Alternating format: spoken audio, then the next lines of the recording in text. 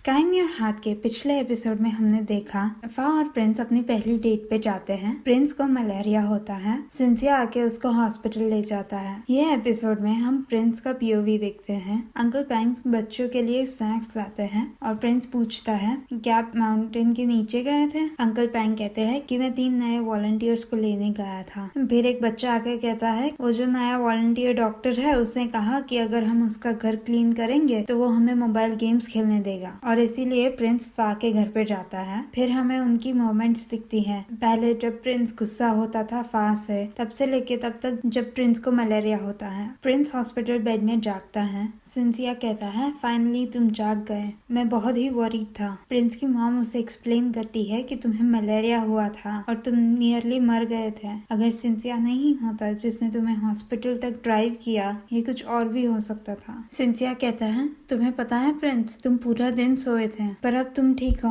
Prince कहता है thank you और आई एम सॉरी अगर मैंने आपको वरी कराया। विलेज चीफ कहता है विलेजर्स की वरी करने की जरूरत नहीं है, सब अब अच्छा कर रहे हैं, आप घर जा सकते हैं कोई चिंता के बिना। मैंने सुना कि आपका नया सेमेस्टर स्टार्ट होने वाला है। प्रिंस पूछता है डॉक्टर फा का क्या हुआ। विलेज चीफ कहता है वो ऑलरेडी माउंटेन से जा चुके हैं, वो अभी तक बैंकॉक भी पहुंच गए होंगे। सिंथिया कहता है मुझे लगता है कि तुम्हें थोड़ा रेस्ट लेना चाहिए रिकवर होने के लिए। फा, मैसा और जेजे चिंग माई डाउनटाउन में आते हैं। वो अंकल पैंग को थैंक यू कहते हैं उन्हें ड्राइव करने के लिए। अंकल पैंग कहते हैं कि मुझे तुम्हें थैंक यू कहना चाहिए, अगर तुम नहीं होते तो मेरी लाइफ एक डिजास्टर होती। मैंने तुम लोगों के लिए ग्रिल्ड पोर्क और स्टिकी राइस बनाया है। अंकल पैंग को विलेज चीफ का फोन आता है।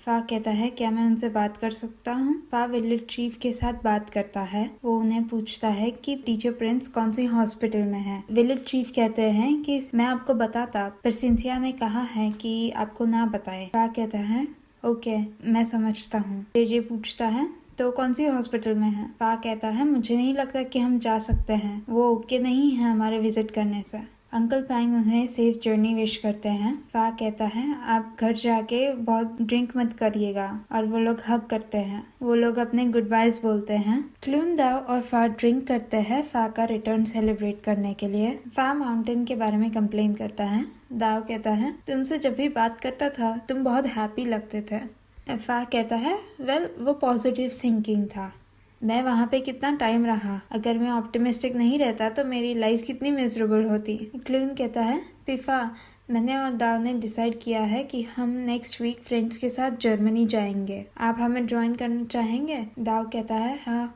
तुम्हारा वीजा अभी बाकी ही है। फा कहता है मैं अभी घर आया, तुम मुझे बाहर निकालना चाहते हो, मुझे चेक करना पड़ेगा कि मैं अवेलेबल हूँ या नहीं।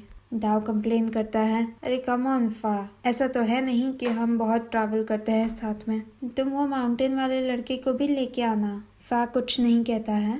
दाव कहता है तुम ठीक हो फा। फा कहता है मैं हूँ, बस इतना है कि हम अब बात नहीं करते हैं।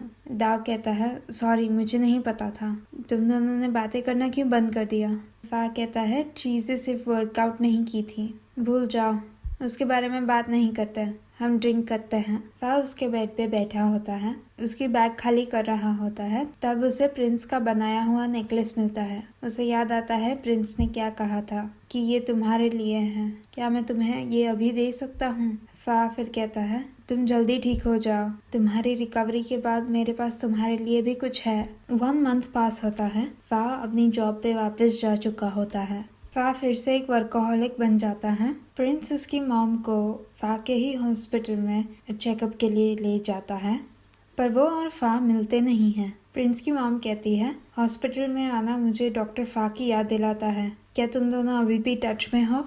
प्रिंस कहता है हम नहीं हैं। उसकी मॉम पूछती है क्यों। प्रिंस कहता है मैंने विलेज चीफ से उसका नंबर लिया था पर वो रीचेबल ही नहीं है, उसने शायद चेंज कर लिया होगा। उसकी मॉम कहती है तुम्हें डॉक्टर फा का नंबर जानने में मेरी मदद चाहिए, वो भी तुम्हें रीच आउट करने का ट्राई कर रहा होगा। प्रिंस कहता है अगर वो कर रहा होता तो मुझे कब का उसका कॉल आ चुका होता। उसकी मॉम कहती है शायद उसके पास भी तुम्हारा नंबर नहीं है।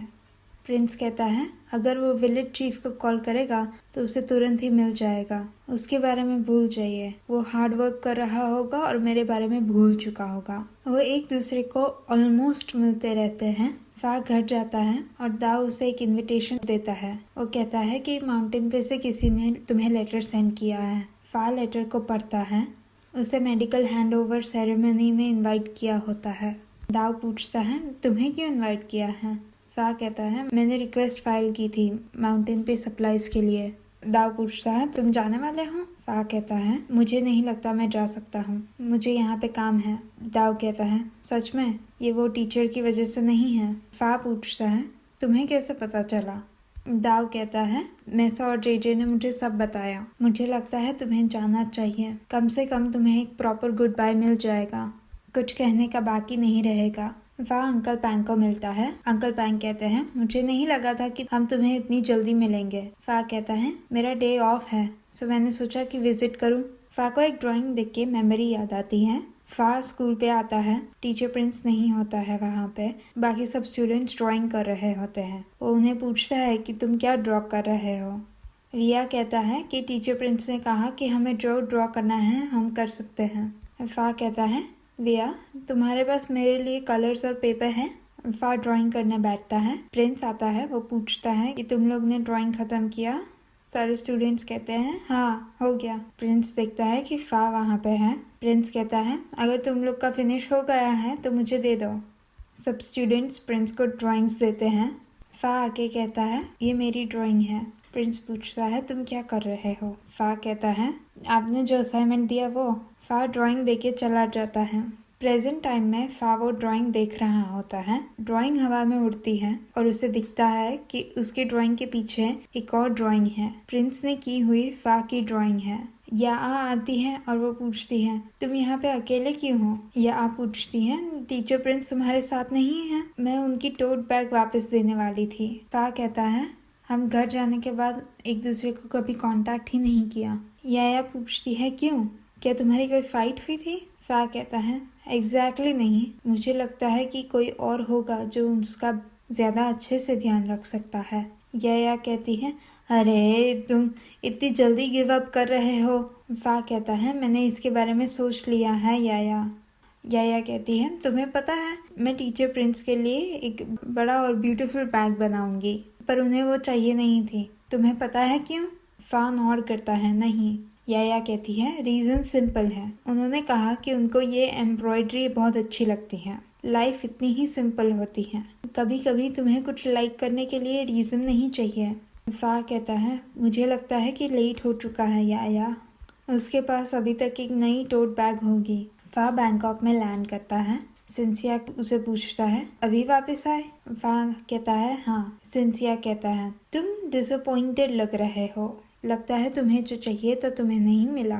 फा कहता है मैं चिंग माई गया था ऐसा होप करके कि मैं टीचर प्रिंस को मिल सकता हूँ, बस मुझे जानना था कि वो हैप्पी है या नहीं तुम्हारे साथ। सिंसिया कहता है तुम्हें पूछने की ज़रूरत नहीं है, मेरे पास पेशेंस नहीं है ध्यान रखने को। मेरे पास प्रिंस के लिए टाइम है जब भी उसे ज़रूरत पड़े, लेकिन तो भी वो हैप्पी नहीं लगता है, वैसा नहीं जब वो तुम्हारे साथ था। मुझे पता है मेरे पास ये कहने का कोई राइट नहीं है, पर मैं टीचर प्रिंस को किसी अच्छे के साथ देखना चाहता हूँ, ऐसा कोई जो उसका ध्यान रख सके। अब से उसका ध्यान रखना। फा प्रिंस के घर पे जाता है। वो बाहर खड़ा होके कहता है प्रिंस तुम घर पे हो।